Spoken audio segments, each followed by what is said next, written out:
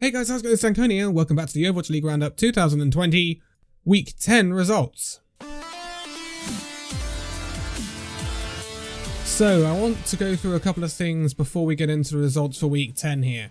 First of all, we have had an update on the situation with London Spitfire. We have not seen London Spitfire in quite a while. We know that they have moved back to Korea to basically set themselves up at the Cloud9 facility in South Korea. But we expected them to come back, especially considering Vancouver are now back and they are in that region as well. But there was an announcement from the London Spitfire saying that due to a government-mandated quarantine in Korea, they are currently taking the necessary precautions during this time to ensure the safety of our players. The London Spitfire expects to start playing Overwatch League matches again in early May. And they say, we thank you for your thoughts and considerations during this time and we are excited to play again once we are able to. So, this is finally some clarification from London Spitfire, which is something I've been looking for quite a while. But it is a bit odd, considering that Vancouver are able to play. Whether or not that is going to change in the coming weeks, we will see, because in Week 11, we aren't actually going to see Vancouver. So, this could be a thing that has just come in. In that case, we might well have seen London in Week 11, but if this has just come in, then all of a sudden Vancouver aren't playing.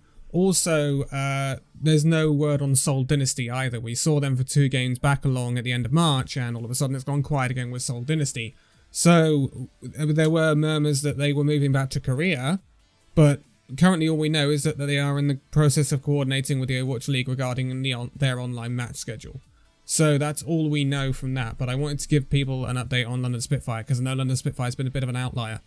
If it is the case, that means that all of the Korean teams then can't play, or the teams that are situated in Korea anyway, so that could be a possibility. We will talk about Week 11 now, because Week 11 has thrown a spanner in the works in terms of scheduling as well. So, Week 11, matches are going to take place on a Friday, and a Saturday, and a Sunday, and in some places on a Thursday. So, in my time zone and Europe's time zone, they'll be very early Friday morning, very early Saturday morning, and then you've got them late morning on Saturday and Sunday, and that's just the Chinese matches. So this schedule has completely changed. It also means that it's impossible to bring out the preview of the week on the Friday, because games would have already taken place. So I'm going to have to move the preview to tomorrow. Yeah. So what's going to happen to Team of the Week? Well, that is going to be moved to Thursday. I am going to do a Team of the Week, don't get me wrong. It's just going to be a bit odd doing Team of the Week after I've already done a preview for the next week. It's a bit annoying. There's also a meta preview. That will probably have to come out tomorrow as well, I guess. Didn't think of that before I started recording this. Thank you, Overwatch League, for throwing a spanner in the works. I'm not sure what this schedule change has been caused by, but yeah, Week 11's schedule is vastly different to the schedules we've seen before, but it has gone back to the thing of the Chinese teams taking on the Chinese teams. So I am now assuming that all of the Chinese teams are in China and are able to still play, whereas the teams that are currently situated in Korea, which from what I know are London, Vancouver and Seoul, I am assuming right now NYXL is an outlier. I have heard some people saying that NYXL might be there as well. I don't know about the NYXL. 1 minute I was hearing that they were in lockdown in New York, and the next I'm hearing they're in Korea, so I really don't know what's going on with the NYXL. But yeah, so there's some changes to the schedule, but long and short of it, the video schedule will change. There will be a preview tomorrow of both meta and the week's fixtures, which is going to be great, I guess. And then we will also do the Team of the Week for this previous week after that, and London Spitfire will not be in action until early May. But that's what I wanted to go over at the start of this video. I know it's been a weird intro, but let's get into the results for Week 10 then. And we've seen some very interesting stuff. I mean, we've seen the return of the Titans, and now they've gone again, so that's great, I guess. But we started off on Saturday with the Hangzhou Spark taking on the Chengdu Hunters. Now, This week saw D.Va banned for the first time alongside Reaper, Sombra and Ana, so we were expecting things to shake up slightly in the Chinese region, especially with the Chengdu Hunters who like to roll out a bit of that D.Va. What we have seen dominate this week is Orisa Sigma most of the time, if not Orisa Reinhardt. So basically double barrier. It's meant very stodgy comps. It's played into the San Francisco Shock's hands quite handily. But the Hangzhou Spark, I was very impressed with them during this match, and they get a 3-0 win over the Chengdu Hunters. Chengdu Hunters, it's been an interesting week for them. I don't think they've suffered as badly from the D.Va ban as I expected them to. We did see the Bull Winston at times alongside the Sigma Orisa or the Orisa Reinhardt. I don't think we actually saw Orisa Reinhardt from Chengdu, but I think we did see Orisa Sigma. And they looked okay on it, but again, it's not their strongest look. So they did come up proper against the Hangzhou Spark, who did look very accomplished on that composition. We did also see a bit of Reinhardt Zarya this week as well.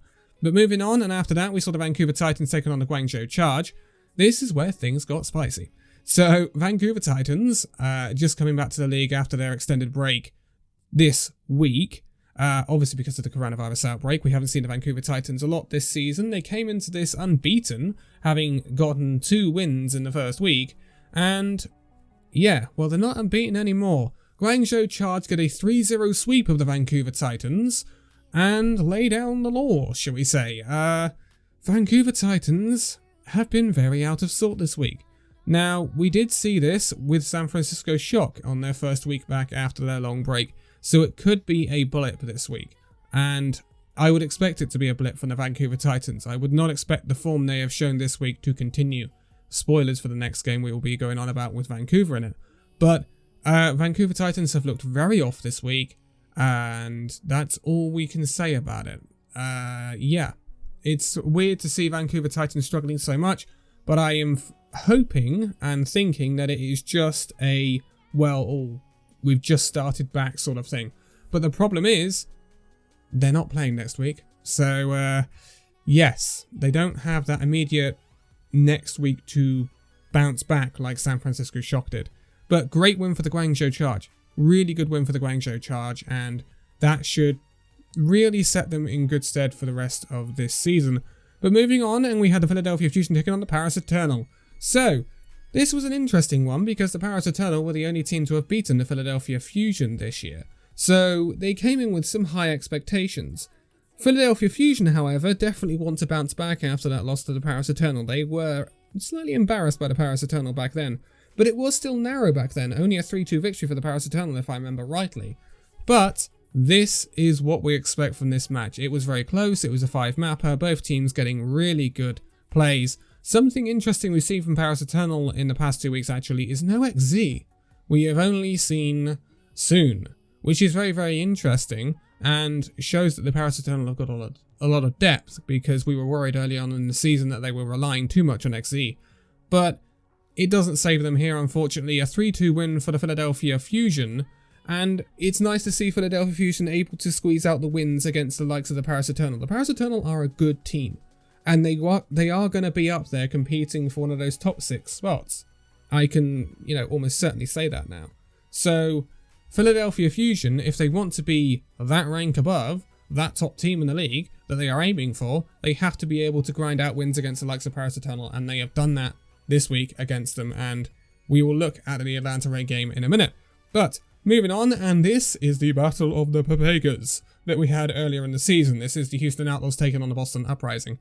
So earlier in the season, both teams were without a win, and this was a 7-mapper earlier in the season. It was some very bad Overwatch, that's all I can say.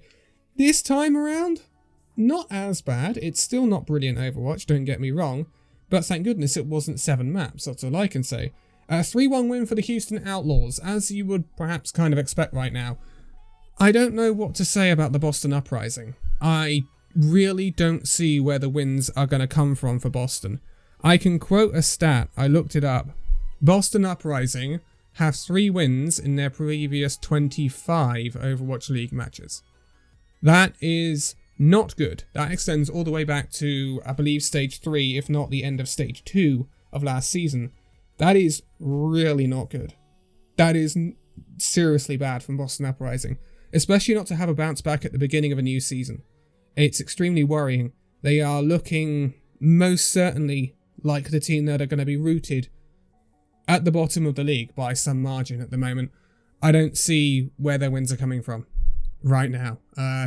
They need an overhaul. That's all I can say at the Boston Uprising, and not just player-wise.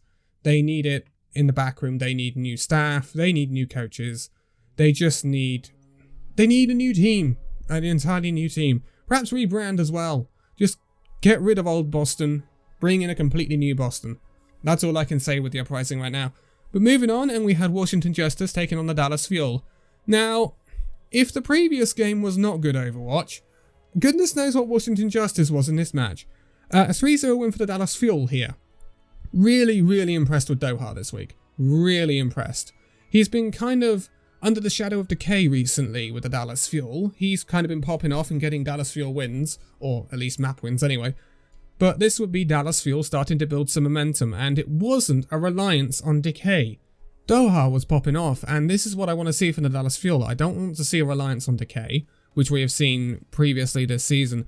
Now all I want to see is the tank line and the support line step up, because yes, as we have been saying for quite a while, Dallas Fuel are heavily reliant on their DPS players, and when they come up against the better teams, it ain't going to cut it.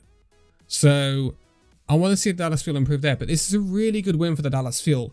But Washington Justice were atrocious. They were so poor. Unbelievably poor. Stratus claims that he's not a one trick, yet the only decent performance he had really was on the May. So, you know, that's kind of where that is. The tank line was just really not doing much, nor was the support line. The ult usage was atrocious. The value they got from their ults was atrocious. And some of the decision making from Washington Justice was atrocious. This is not a team that has improved from last season. If anything, it's got worse from this display. This was awful from the Washington Justice. Absolutely awful. And they must improve. They must improve, because if they continue to put in displays like that, they will be down with Boston. Simple as that. It will not be Houston and Boston, it'll be Washington and Boston. Very disappointing from a team that we thought would be able to improve this season off the back of their good showing at the end of last year. Very disappointed with Washington Justice this week. Honestly, I have probably put them below Boston, and just, you know, weekly, on this week's performance, I would put them below Boston.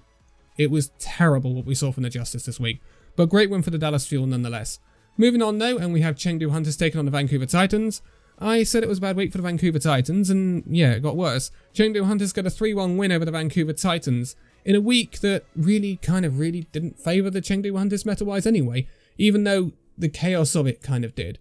But Vancouver Titans, disappointing nonetheless, but again, I hope it's just a case of we're back, but we haven't kind of hit our stride. That's what I'm hoping. But the problem is with the Vancouver Titans, as I said, where are they going to start building momentum, considering they're not playing next week? Not their fault, but yeah, don't know where that momentum's going to come from the Vancouver Titans to bounce back from this. Good win from the Chengdu Hunters though, after coming off of that 3-0 loss to the Hangzhou Spark. That's a good bounce back from Chengdu, and it keeps their head above water in terms of not being rooted right near the bottom of the league. But moving on, Shanghai Dragons taking on the Guangzhou Charge. This is where things get a bit more normal. Shanghai Dragons getting a 3-0 win over the Guangzhou Charge. I really think the Shanghai Dragons are starting to hit some momentum now. They only lost one against the Chengdu Hunters, so Shanghai are really starting to climb the league now. And this is what we expected the Dragons to do. They are looking accomplished, but I still don't think they're looking like the Philadelphia Fusions of the league right now. So I think they are that little step behind them. There are not many that are right up there right now. So Philadelphia Fusion are in a pretty good position, I'm not going to lie. But moving on, Houston Outlaws taking on the Toronto Defiant. So this was an interesting one, and I always thought this match was going to be fairly close. Toronto Defiant have not been that impressive in previous weeks. Houston Outlaws, we've had discussions about that team for the whole of this season so far. But Toronto Defiant taking a 2-0 lead at half time, I really thought they were going to, you know, take this match fairly easily and prove a lot of people wrong putting Toronto so low. But Houston Outlaws come back and get a reverse sweep and beat the Toronto Defiant 3-2. So that is not good, Toronto. Can't afford losses like that. Really can't afford losses like that. You've got quality on that roster as well, which is disappointing. Houston Outlaws, though, great week. 2 wins that they absolutely needed to be getting if they want to have a chance at play-ins and be challenging for at least an appearance at the end of the season in those knockout stages. Really, really good week for the Houston Outlaws. And again, signs of improvement from that team. But I still don't think they're going to be able to compete with the likes of Hangzhou and Guangzhou and people like that when it comes to playing them. But moving on, Philadelphia Fusion taking on the Atlanta Reign. It has certainly not been an easy week for the Fusion, but a 3-2 win over the Atlanta Reign would seal 2 very, very good results for the Philadelphia Fusion. It's been a long week for them. They played 10 maps, but they've got the 2 wins. By hook or by crook, they've got the 2 wins. And that's what a team who wants that number 1 seed needs to do against 2 very good teams. Atlanta Reign, it's not a bad display. Absolutely not a bad display. They gave a really, really good account of themselves, but Fusion, they've just got that little bit more than a lot of teams right now. And that's what's putting them above everyone else. So Fusion, really impressive this week. Really impressive. And Funny Astro, Alarm, we've seen Boombox. Really, really impressed this week with the support of the Philadelphia Fusion. And if anything, this is probably the week where I've seen the most out of the Philadelphia Fusion to tell me that they are perhaps the best team in the league, if not the best team in the league. So, well done to the Philadelphia Fusion this week, but nothing to be ashamed of from Atlanta Reign. And lastly, we have the San Francisco Shock taking on the Los Angeles Gladiators. I was expecting this one to be closer, but the meta certainly fell into the San Francisco Shock's ballpark. So a 3-0 win for the San Francisco Shock would get the San Francisco Shock back on track. They are starting to build up some momentum now. We saw for the first time, I believe, Smurf and Super at the same time. No Choi Hyobin, which is, again, a testament to this 3-0 win. The Gladiators, they weren't too bad, don't get me wrong, but the Shock were good this week. I don't think we can deny that the Shock were very good this week, and they do deserve their 3-0 win, and are starting to climb that league ever so slightly. Talking of climbing, let's take a look at the standings. And at the top, Seoul Dynasty remain the only team who are currently unbeaten in this league, but they have only played 2 matches, so we have to be taking that into account. When we will see Seoul again, I don't know, but it'll be very interesting when we do. Second, Philadelphia Fusion with their 8-1 record. They played quite a few games now, Philadelphia, and they are looking good for it. NYXL are in 3rd place with that 5-1 record. Shanghai Dragons are now up to 4th with that 4-1 record. Paris in 5th, Atlanta in 6th, San Francisco Shock up to 7th, Hangzhou Spark in 8th, London Spitfire in 9th, and Vancouver Titans, after being unbeaten before this week, are all the way down in 10th now, middle of the league, on that 2-2 record. And I'm sure they will bounce back, but bad week for the Vancouver Titans. In 11th, Guangzhou Charge. 12th, Los Angeles Gladiators. Not quite where we expected them, but they had some tough fixtures early on in the season. Remember, they played both the Titans and the San Francisco Shock twice, so it's not been an easy start to the season for the Gladiators. Dallas Fuel are in 13th. Houston Outlaws in 15th. Houston, after the start they had to the season, not looking too bad in that 14th place. Toronto are in 15th. Chengdu Hunters in 16th. Valiant not in action this week, dropping down to joint 17th with the Florida Mayhem. Valiant, I am sure, will want to climb that table a little bit when they're back in action next week in the LA Derby. Florida Mayhem, again, will be in action next week against the Paris Eternal. I'm not expecting them to get anything from that match, but if they could, they'll be climbing the league. And then the 2 people at the moment at the bottom, double figures for differential now in the minus category. Washington Justice in 19th. Again, I can't argue with that with their performance this week. And Boston Uprising in 20th with that only singular win on the board. And I'm not expecting that to improve anytime soon. So, yeah, that's kind of how the league is looking. We are not going to see some of these teams for quite a while, I would imagine, like New York, like London, as we've had confirmed, maybe Vancouver. If the London announcement is anything to go by, and there is a general lockdown in Korea again, then the Korean teams might not be, or the teams situated in Korea might not be in action for a little bit. But I'm going to leave it here for this one. I realize it's been a bit longer because of the announcement stuff at the start. Tomorrow will be the preview of next week, along with the meta preview most likely as well. And then we will do a team of the week, but that will be on Thursday instead. But for now, thank you guys so much for watching this video. If you liked it, give it a like, subscribe if you're new, and I'll see you in the next video. See you then.